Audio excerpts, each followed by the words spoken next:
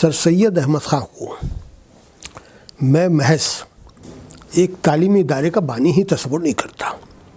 بدقسمتی ہماری یہ ہے کہ لوگوں نے ان کو ایک ادارے کا بانی تسلیم کیا اور وہ یونیورسٹی کے نام سے وہ ہوا۔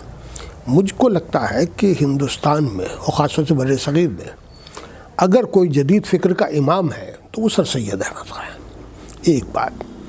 دوسرا یہ کہ 1857 کا جو انقلاب ہے جس کو سر سید نے غدر کہا اور انہوں نے 3 کتابیں لکھی، اس میں سر سید کا بڑا کنٹریبیوشن ہے۔ اگر سر سید نہیں ہوتے تو ہندوستان جو ہے بالکل اسپین کی شکل اختیار کرتا، اور سر سید کا بڑا کارنامہ میری نظر میں یہ ہے کہ انہوں نے اس ملک کو مسلم اسپین بننے سے روکا۔ جب ہم اس تناظر میں دیکھتے ہیں تب پتہ چلتا ہے کہ سر سید کا قد جو ہے وہ صرف ایک ادارہ ساز کی حیثیت سے نہیں ہے بلکہ ان کا کام اس سے بہت آگے ہے۔ سر سید ظاہر شروع میں انہوں نے سرکار کی نوکری کی اور ان کو آثار قدیمہ سے دلچسپی تھی اور انہوں نے اس کے لیے بہت بڑا کارنامہ انجام دیا۔ آثار و سنادید لکھی اور اس آثار و سنادید کو انٹروڈیوس کرانے والا جو شخص تھا گارسا دتاسی، اس نے اس کو فرینچ میں ٹرانسلیٹ کیا اور سر سید کو ایڈنبرا یونیورسٹی سے ڈاکٹریٹ کی ڈگری ملی۔ تو سر سید کی حیثیت ایک مورخ کی، ایک ایپیگرافسٹ کی تو آزادی سے پہلے طے ہو چکی تھی۔ لیکن اگر سر سید یہ 1857 کا غدر نہیں ہوتا تو وہ ایک بہت بڑے اردو کے انشا پرداز ہوتے، ایک بڑے ہسٹری کے اسکالر ہوتے اور بہت بڑے ایپیگرافسٹ ہوتے، اور جس طریقے سے انہوں نے آثار و سنادید کو لے کے کام کیا ہے وہ بہت بڑا کام ہے۔ لیکن 1857 کا انقلاب سر سید کی زندگی میں بہت اہم سنگ میل ثابت ہوا۔ ان کی والدہ عزیز النساء دلی کے بہرام میں ایک محلے میں رہتی تھی۔ اس خاتون کو جس کا باپ مغل دور میں پرائم منسٹر تک رہا، اس کو گھوڑوں کے استبل میں چھپنا پڑا، اور ان کی جو نوکرانی تھی وہ پانی کے لیے در در بھٹک رہی تھی اور اسی میں اس کی موت ہوئی۔ تو سب سے بڑا سر سید کے لیے جو عظیم سانحہ کہیے، حادثہ کہیے، وہ یہ تھا کہ ان کی والدہ کو اپنی جان بچانے کے لیے گھوڑوں کے استبل میں چھپنا پڑا اور وہاں اس کا جو گھوڑوں کا جو کھانا ہوتا ہے وہ کھانا پڑا، اور ان کے سگے ماموں کو جب وہ عصر کی نماز پڑھ رہے تھے تو قتل کر دیا تھا، ماموزاد بھائی کو مار دیا تھا۔ ظاہر سر سید اس وقت مراد آباد سے بجنور سے وہاں گئے، میرٹھ گئے، اور میرٹھ جانے کے بعد جب حالات نارمل ہوئے یا کرفیو کا پاس لے کے اس زمانے میں وہ دلی گئے۔ دہلی میں جانے کے بعد سر سید کے قریب میں ان کے اور ایک دوست رہتے تھے، مولوی سمیع اللہ خان۔ وہ گھوڑوں کے رتھ میں سر سید کی والدہ ان کے بچوں کو سوار کرا کے دلی میں وہ نظام الدین پہ لائے۔ نظام الدین سے وہ کسی طرح سے میرٹھ آئے۔ تو وہ میرے سامنے جو سفر ہے پیدل سرائے بہرام بیگ سے اور نظام الدین تک، وہ سر سید کی زندگی کا بہت اہم ہوتا۔ اس وقت انہوں نے یہ محسوس کر لیا تھا کہ اگر ہندوستان میں مسلمانوں کو زندہ رہنا ہے، ترقی کرنی ہے، ان حالات کا مقابلہ کرنا ہے، تو ایک مصلحت کا رویہ اپنانا ہوگا، بجائے ہم جہاد کریں جو اور لوگ کر رہے تھے، تو اس طریقے سے ہم مقابلہ کر سکتے ہیں۔ اور انہوں نے تعلیم کو ایک ہتھیار بنایا۔ میں یہ مانتا ہوں کہ تعلیم ان کے یہاں سیاسی بازیافت کا ذریعہ تھی۔ Education is a means of political empowerment. تو سر سید چاہتے تھے کہ جس طرح سے مغلوں کی حکمرانی جا رہی تھی تو وہ صرف اس لیے جا رہی تھی کہ وہ تعلیم یافتہ نہیں تھے، انہوں نے تعلیم پر توجہ نہیں دی۔ وہاں رات بھر تاش ہوتے تھے، جوئے ہوتے تھے، کھیل ہوتے تھے، ناچ ہوتے تھے۔ اور سر سید نے بہت سی جگہ لکھا ہے کہ جب میں وہاں گیا تو میں نے ان کے اولادوں کو گھاس کھودتے ہوئے دیکھا ہے، ان کی اولادوں کو لوگوں کے پیر دباتے ہوئے دیکھا ہے۔ سر سید کے اوپر اس کا بہت اثر ہوا، اور اسی لیے انہوں نے منصوبہ بند طریقے سے کوششیں کی، اور کوششوں میں ان کا یہ تھا کہ ہم کس طریقے سے اس چیز کو آگے بڑھائیں۔ تو میں نے یہ کوشش بھی کی کہ سر سید کو عالمی منظرنامے میں بھی دیکھا جائے۔ اس وقت دنیا میں جو تحریکیں چل رہی تھی مسلمانوں کی، اس میں سر سید کہاں کھڑے ہوئے ہیں؟ تو جمال الدین افغانی بھی تحریک چلا رہے تھے، ابدو بھی تحریک چلا رہے تھے، اور ایک دوسرے سے لنک بھی تھا، دانستہ یا غیر دانستہ طور پر وہ ایک دوسرے سے متاثر تھے۔ سر سید نے جب یہ سوچا کہ مجھے، پہلا انہوں نے کہا کہ مسلمانوں کو سائنٹیفک اپروچ کو اپنانا ہوگا۔ یہ جو دقیانوسی خیالات ہے، یہ جذباتیت ہے، یہ اشتعال انگیزی ہے، اس کو، اور تعلیم جو ہے وہ بدت چاہتی ہے، سیاست شدت چاہتی ہے۔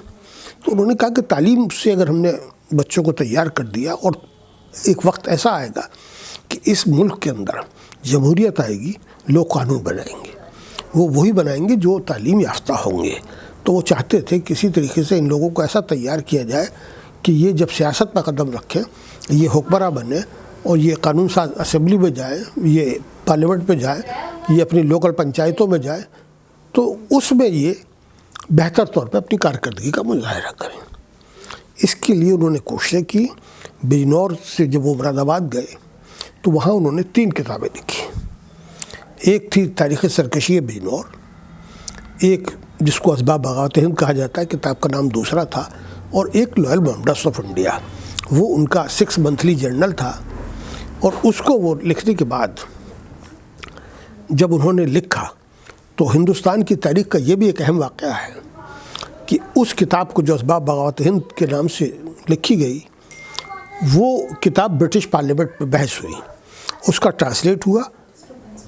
انہوں نے جب یہ کیا تو ان کا بنیادی مقصد یہی تھا کہ اس کتاب کو انہوں نے اس کی وجوہات بیان کی کہ یہ جو بھی کچھ بغاوت ہے، غدر ہے، اس کی وجوہات کیا ہے، اور اس کا ٹرانسلیشن ہوا انگریزی میں ٹرانسلیشن کے بعد اس کی وجوہات تلاش کی گئی، اور پارلیمنٹ پہ باقاعدہ بحث ہوئی۔